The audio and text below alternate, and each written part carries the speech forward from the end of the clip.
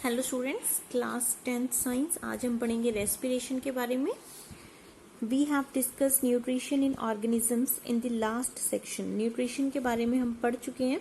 The food material taken in during the process of nutrition is used in cells to provide energy for various life processes. तो जो food material हम लेते हैं वो हमें क्या प्रोवाइड करता है? एनर्जी प्रोवाइड करता है हमारी बॉडी को, हमारी सेल्स को।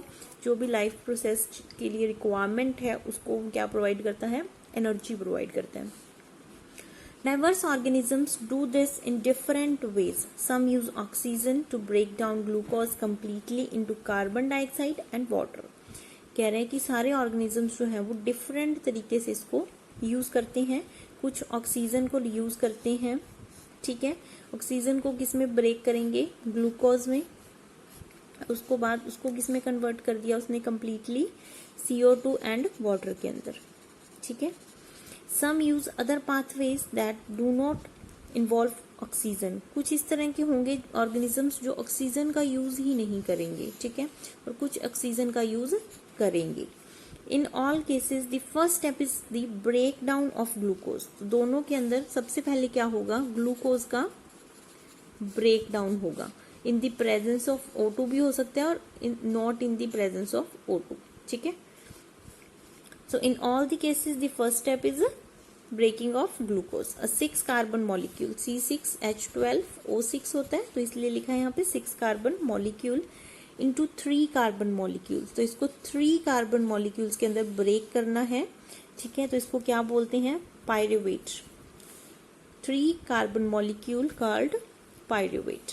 This process take place in the cytoplasm. ये कहाँ पे होता है? ये सारा प्रोसेस साइटोप्लाज्म के अंदर होता है, ठीक है। Further the pirate may be converted into ethanol and carbon dioxide. फिर ये जो C3 कार्बन होगा, ठीक है, इसके साथ और भी होंगे, तो लेकिन मेनली कार्बन को इसके अंदर ब्रेक किया। तो कार्बन को जब हमने ब्रेक किया मतलब पायरुवेट बनाया, तो उसको फिर इथेनॉल और कार्बन डाइऑक्साइड के अंदर कन्वर्ट कर दिया। This process takes place in yeast during fermentation. तो ये प्रोसेस कब होगा? ईस्ट की प्रेजेंस में, ठीक है। फर्मेंटेशन बोला जाता है इस प्रोसेस को। Since the process take place in the absence of oxygen, तो इसके अंदर ऑक्सीजन की रिक्वायरमेंट नहीं होगी ईस्ट के, ठीक है। तो ऑक्सीजन की रिक्वायरमेंट नहीं होगी तो इस प्रोसेस को बोला जाता है एनारोबिक रेस्पिरेशन, ठीक है। Break down of pyruvate using oxygen takes place in mitochondria. अगर आप ऑक्सीजन के यूज करके इसको ब्रेक डाउन कर रहे हैं तो ये कहाँ पे होता है? माइटोकॉन्ड्रिया में होता है। जगह आपसे पूछी जाए तो कहाँ पे होगा? माइटोकॉन्ड्रिया में, इन द प्रेजेंस ऑफ ऑक्सीजन, ठीक है। इसका ब्रेक डाउन करवाया जाता है। So this process breaks up the 3 carbon pyruvate molecules to give 3 molecules of carbon dioxide. तो ये पायरुवेट को किस में ब्रेक करेगा? 3 molecules of CO2 में। The other product is water, और दूसरा बाय प्रोडक्ट इसके अंदर क्या फॉर्म होगा? वाटर फॉर्म होगा, ठीक है। Since this process takes place in the presence of oxygen, so it is called aerobic respiration. अगर ऑक्सीजन की प्रेजेंस में हो रहा है तो इसको बोलेंगे एरोबिक रेस्पिरेशन, और इसके एब्सेंस में हो रहा है तो उसको बोलेंगे एनारोबिक रेस्पिरेशन। तो रेस्पिरेशन का मतलब बेसिकली सबको पता है कि हम सांस लेते हैं, ठीक है। O2 इनहेल करते हैं और C2 एक्सेल करते हैं, ठीक है।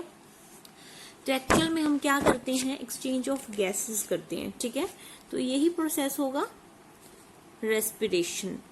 The release of energy in this anaerobic process is a lot greater than in the anaerobic process. तो aerobic process होगा जब मतलब in the presence of oxygen या फिर air, अगर कोई भी process होता है तो उसके अंदर एनर्जी ज्यादा रिलीज होती है as compared to anaerobic process. Sometimes when there is a lack of oxygen in our muscles, in our muscle cells, another pathway for the breakdown of pyruvate is taken. Here the pyruvate is converted into lactic acid, which is also a 3 carbon molecule. तो कई बार आपने देखा होगा कि आप बहुत ज़्यादा walk करते हैं या फिर कई बार आप बहुत ज़्यादा रनिंग कर रहे हैं। नॉर्मल डेज के अकॉर्डिंग आपकी बॉडी उतना मतलब कैपेबल नहीं है, लेकिन आपने बहुत ज़्यादा वर्कआउट कर लिया है, तो कई बार क्या होता है आपके दर्द होना शुरू हो जाता है, बॉडी में पेन, ठीक है। तो इस तरह से ये कब होता है, जब हमारी बॉडी के अंदर लैक्टिक एसिड बन जाता है, ठीक है। मतलब एक्चुअल में हमारी बॉडी के अंदर O2 की क्या होगी है, कमी होगी है, ऑक्सीजन की कमी होने की वजह से होता है ये, और वो किस में कन्वर्ट हो जाता है, लैक्टिक एसिड में कन्वर्ट हो जाता है, ठीक है, 3 कार्बन मॉलिक्यूल में। This built up of lactic acid in our muscles during sudden activity calls is cramps, ठीक है। तो यही जो लैक्टिक एसिड जो हमारी बॉडी के अंदर, हमारी मसल्स के अंदर क्रिएट हो जाता है, वो ही क्या करता है, पेन करता है, ठीक है, क्रैम्प्स यहाँ पे जो लिखा हुआ है। तो यही इसका एक मेन रीजन है। तो मैं इस ब्रेक डाउन को एक ग्राफ के फॉर्म में आपको समझा रही हूँ, चार्ट बना हुआ है, इसको आप ध्यान से समझ लें। अब सबसे पहले हमने क्या किया, ग्लूकोज लिया 6 कार्बन मॉलिक्यूल, तो उसको क्या करवाया, सबसे फर्स्ट स्टेप क्या करना है, हमें उसका ब्रेक डाउन करवाना है।